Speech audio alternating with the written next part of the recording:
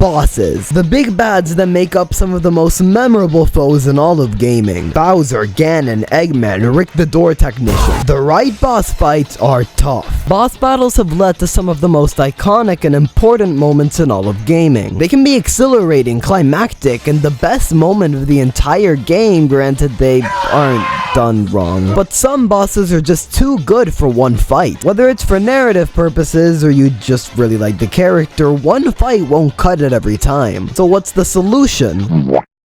Oh, that makes sense. Boss rematches. All of a sudden, you've got a score to settle. Whether it's a rivalry, a second shot at victory, or...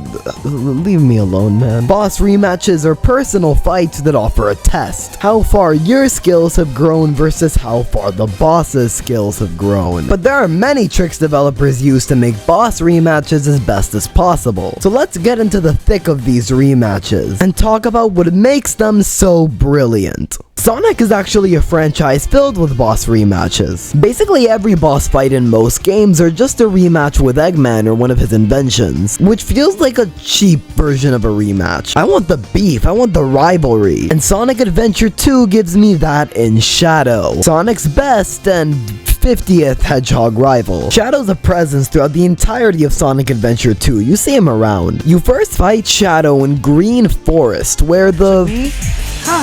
Can you speak up? What are you saying? The fight's a regular melee brawl like any other fight would be, but your time together is cut short by the island blowing up. You'll get your sweet reunion though in the final level of the first story, where they...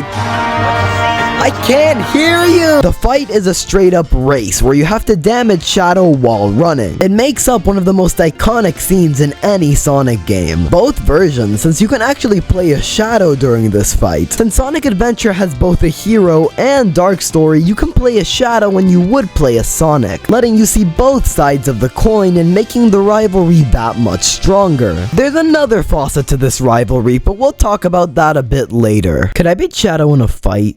He's faster than light, no. A favorite example of rivalries is the perfect equal. Your counterpart who matches you at your level and wants to be better than you. We saw this example with Sonic and Shadow. But my favorite example is an Ultrakill. You play as V1, a murder robot who's going through hell to try and find fuel. Fuel happens to be red colored though. Hell is divided into layers, with our little rival being in the first one. By this point in the game, you're quite comfortable with the mechanics and you're ready for whatever this boss could be.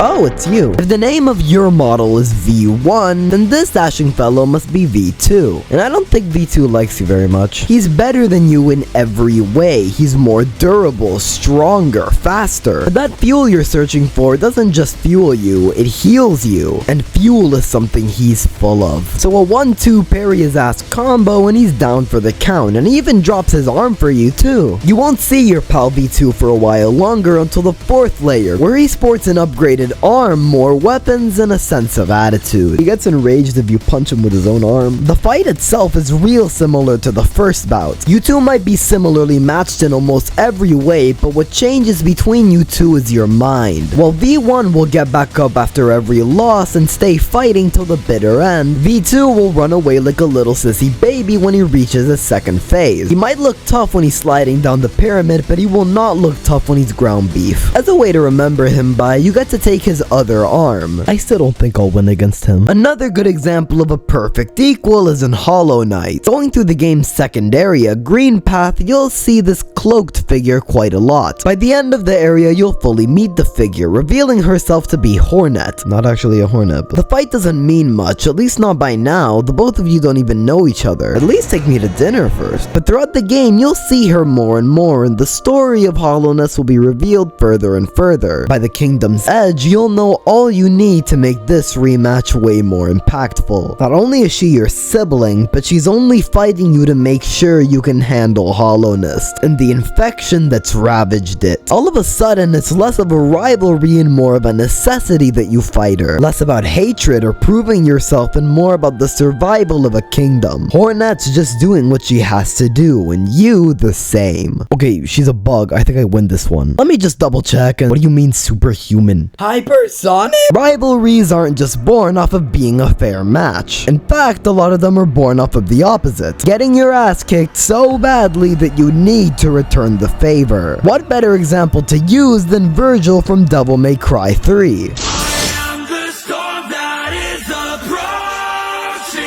Yeah, that Vergil. You play as Dante in a prequel to all the other Devil May Cry games. The game takes place in the I'm not saying that, where Dante must make it to the summit of the tower to stop Vergil from opening the demon world. And despite how it may sound, you actually make it to Vergil pretty quickly. It's a touching family reunion. You joke a little bit, learn the lore, get your ass beat, get impaled, you know, the usual. Dante's no match for Vergil, not even close, and Vergil's disrespectful about it too. But that's just how sibling rivalries work, and Dante's urge to be better than his brother awakens a devil trigger in him. As it turns out, Dante and Vergil are brothers, each of them holding a half of their mother's amulet, which is the key to opening the demon world. That's why Vergil needed to stunt on Dante. But you're not about to let that slide. The rematch will be different. And while Vergil decides to trade his long-ass sword for a pair of gloves, Dante has his new devil powers, meaning you get the win this time. You'll see Vergil pop up more, and seriously, they both treat each other like brothers. I love it so much. But I can't talk about the conclusion to their rivalry just yet. You'll see why, just wait. My favorite example of this rivalry though is in Metal Gear Rising. More specifically, Raiden and Jetstream Sam. The first fight with Sam is at the beginning of the game. While defending an African prime minister, Raiden first meets Sam and the group that he works for, Desperado. The first shot you see of Sam is him aura farming. Sam's job is to stop you from saving the prime minister, and to say that he succeeds is an understatement. To call this a fight is an insult to fights. Sam demolishes you, he cuts out your eye, cuts off a limb, and leaves you bleeding to die, all with a flaming sword. And he was holding back, but Raiden's not gone for long. He comes back with a new cybernetic body, and from this point on, the entire game hypes up the rematch. You see each other more times throughout the game, and the beef is almost instant. Look how disappointed he is that he can't fight you yet, but when that rematch comes near the end of the game, it is the greatest fight ever. Raiden and Sam decide to settle things like men on the side of the street like it's the fucking Wild West. There's even a tumbleweed. It feels so satisfying to finally see Sam stop holding back. You finally reached his level, maybe even surpassed it. But in the end, the fight doesn't boil over to power or skill. It comes down to ideals. Sam's beliefs are Raiden's. While Raiden views killing as a means to an end and his sword is a tool of justice, Sam has been killing and fighting for so long that he's forgotten what he fights for. He used to be like Raiden, fighting for a goal, but a debilitating loss of Mr. Nanomachines ripped those ideals out of him. It's only in death that he truly doesn't know what to believe anymore, and Raiden the same. It's only after this that Raiden realizes Sam isn't a cyborg. His prosthetic arm was the only augmented part of him. You were getting your ass beat by pure Brazilian skill. Raiden thinks if any of this was necessary, and he doesn't have a clear answer. In memoriam, he takes Sam's sword.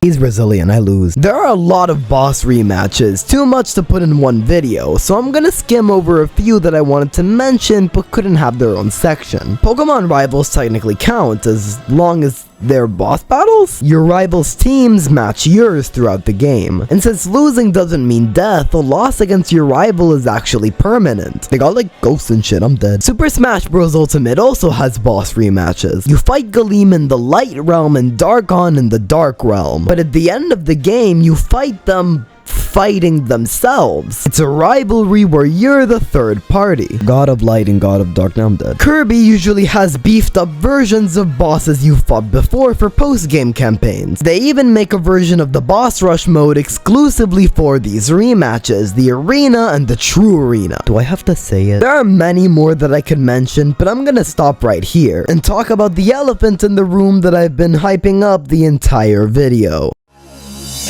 None of these are the final boss for a reason. It's the inevitable team-up when two rivals have to put aside their differences for the greater good. Every example I used in this video has this happen, in one way or another. And hell, it's usually one of the most iconic parts of their rivalry. Sonic and Shadow both using the Chaos Emeralds to go super to defeat the final hazard. It's awesome, it's iconic, it completes Shadow's character arc, and Live and Learn plays in the background. It's the perfect finale. Dante and Vergil setting aside their differences to defeat Arkham with a impossible gunshot, saying their catchphrase and immediately going back to throwing hands once he's dead. Hornet keeping the Hollow Knight restrained, allowing you to use your Dream Nail or breakdance. Raiden using Sam's sword to defeat Senator Armstrong and saying the greatest line in the history of lines. Even V2 unwillingly helps you, since the arms that you take from him are actually really helpful in combat. What makes these moments so great is the history you already have with these characters. There's no better way to get to know someone than to fight them 9 times. People really show their true colors when they get their ass beat, but it's the history you have with the character that makes it that much stronger when they set aside the rivalry. When that hatred and competition is put aside, that's when it means the most. And I think it's quite telling that after each moment, the rivalries end. Either because the rivalry is deceased, or the rival's gone. I'm sure I missed a bunch of boss rematches, hell, maybe some that have this exact same dynamic. So if you have any that I missed, make sure to leave them down in the comments. And make sure to subscribe if you haven't. Boss rematches are brilliant. It makes your rapport with a character so much more personal. To see them change and evolve and improve the same way we do, it adds an element of life to a character that's not easy to do. There's a reason why so many of these characters are universal fan favorites. That rhythm of rivalry and rematch, it really makes you connect with a character. It's easy to just copy and paste the same boss onto a different arena and call it a day. But the best part about these rematches is that they don't do that. It's the extra care, the extra effort, the attention to detail that makes them so brilliant. So the next time you encounter a boss rematch, pay mind to those little details. Huh? 500 subs? Wait. How about we do a whopper of 500 subs? That sound good? I think that sounds good. Oh, that's a boss battle I can beat. Alright, Whopper, come in. I lost.